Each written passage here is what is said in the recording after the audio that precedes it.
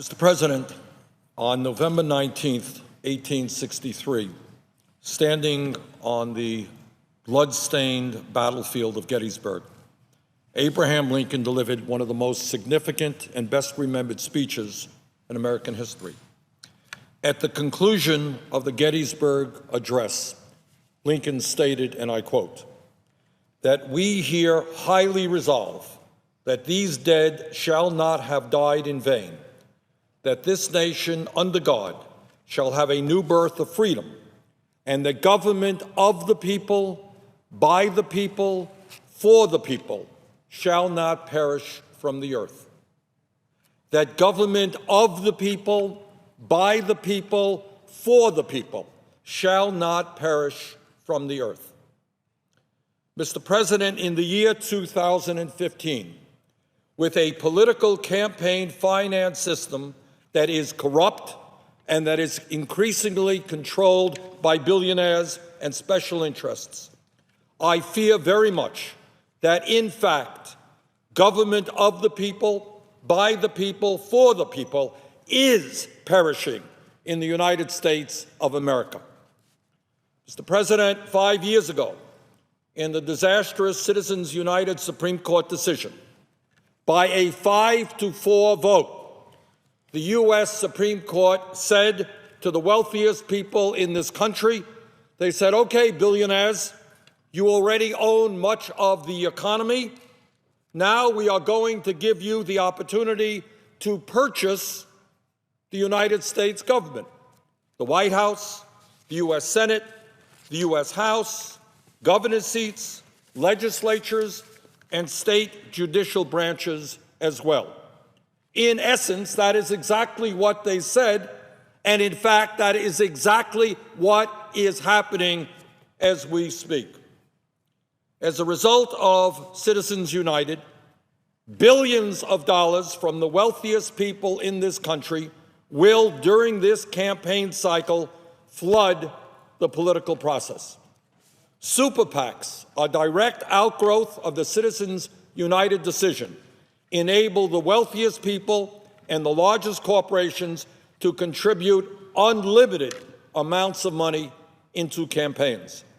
According to recent FEC filings, super PACs have raised more than $300 million for the 2016 presidential election already. And this election cycle has barely begun. This $300 million is more than 11 times what has been raised at this point in the 2000 election cycle. And what, Mr. President, will the situation be 4 years from now and 8 years from now? How many billions and billions of dollars coming from the wealthy and powerful will be used to elect candidates who represent the rich and the super rich? Mr. President, according to the Sunlight Foundation, more than 2 out of every $3 raised for presidential candidates so far are going to super PACs, not to the candidates' own campaigns. This is really quite extraordinary. What this means is that super PACs, which theoretically operate independently of the actual candidate, have more influence and more money over the candidate's campaign than the candidate himself or herself. Let me repeat that. The millionaires and billionaires who control the super PACs have more money and more influence over a candidate's campaign than the candidate himself or herself. In other words, the candidate becomes a surrogate, a representative for powerful special interests, not even in control of his or her own campaign.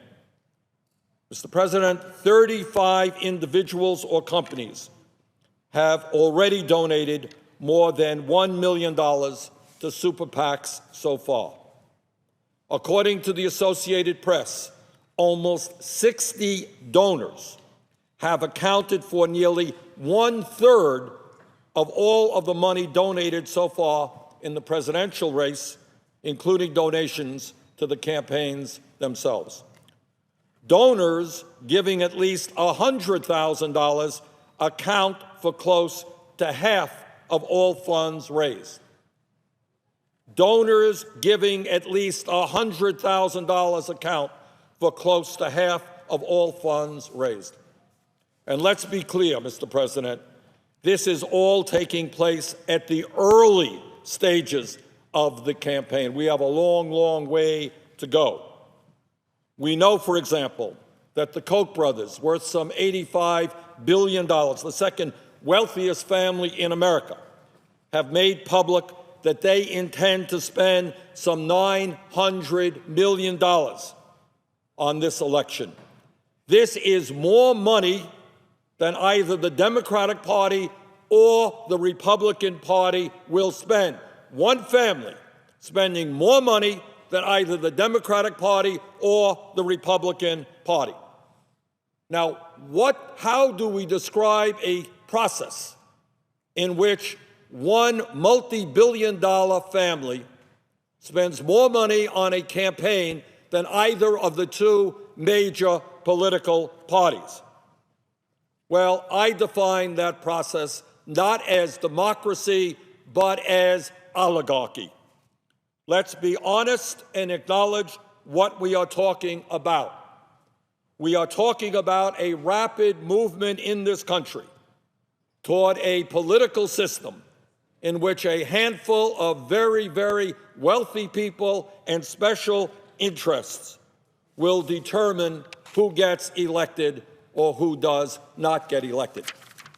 That is not, to say the least, what this country is supposed to be about. That is not, to say the least, the vision of Abraham Lincoln when he talked about a nation in which we had a government of the people, by the people, for the people.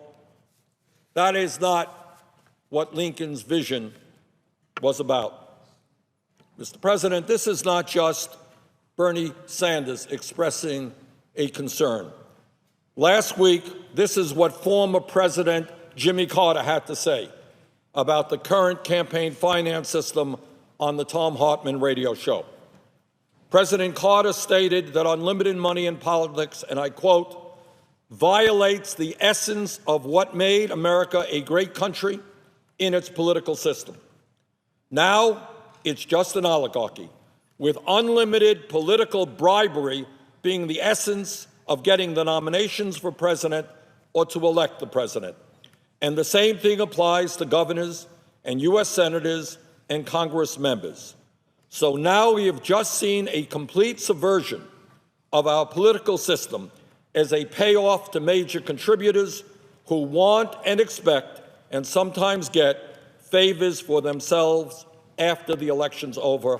End of quote. Mr. President, I would ask unanimous consent to put into the record President Carter's full statement. Without objection. Mr. President, the need for real campaign finance reform is not a progressive issue. It is not a conservative issue. It is an American issue. It is an issue that should concern all Americans, regardless of their political point of view, who wish to preserve the essence of the longest-standing democracy in the world, a government which represents all of the people and not a handful of powerful and wealthy special interests. Mr. President, the need for real campaign finance reform must happen, and it must happen as soon as possible. And that is why, clearly, we must overturn through a constitutional amendment this disastrous Citizens United Supreme Court decision, as well as the Buckley v. Vallejo decision. That is why we need to pass disclosure legislation, which will identify all those wealthy individuals who make large campaign contributions. But more importantly, it is why we need to move toward public funding of elections. Our vision for American democracy, our vision for the United States of America, should be a nation in which all people, regardless of their income, can participate in the political process, can run for office without begging for contributions from the wealthy and the powerful. Every member of the Senate, every member of the House knows how much time candidates spend on the telephone dialing for dollars. Republicans, Democrats, everybody. This is not what democracy should be about.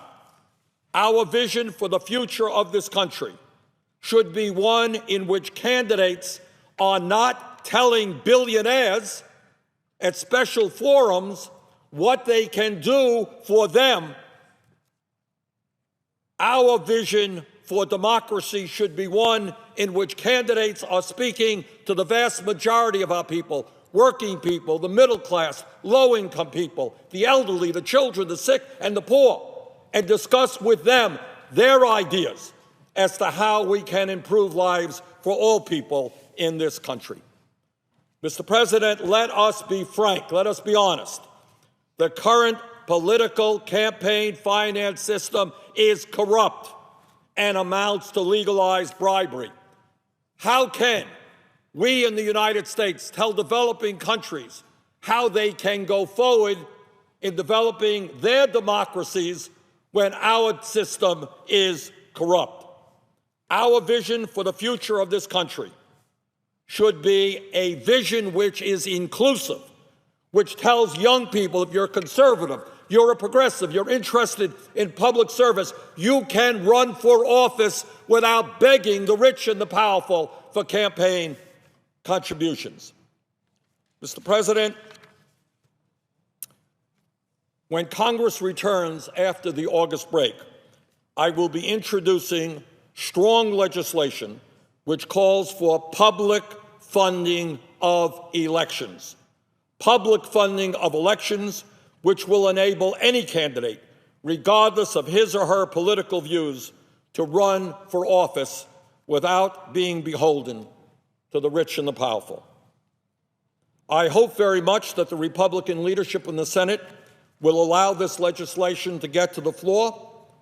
I hope that we can have a serious debate about it, and I hope very much that we can go forward to restoring American democracy to a situation in which every citizen of this country has the right to vote and has equal power in determining the future of our great nation. Mr. President, with that, I yield the floor.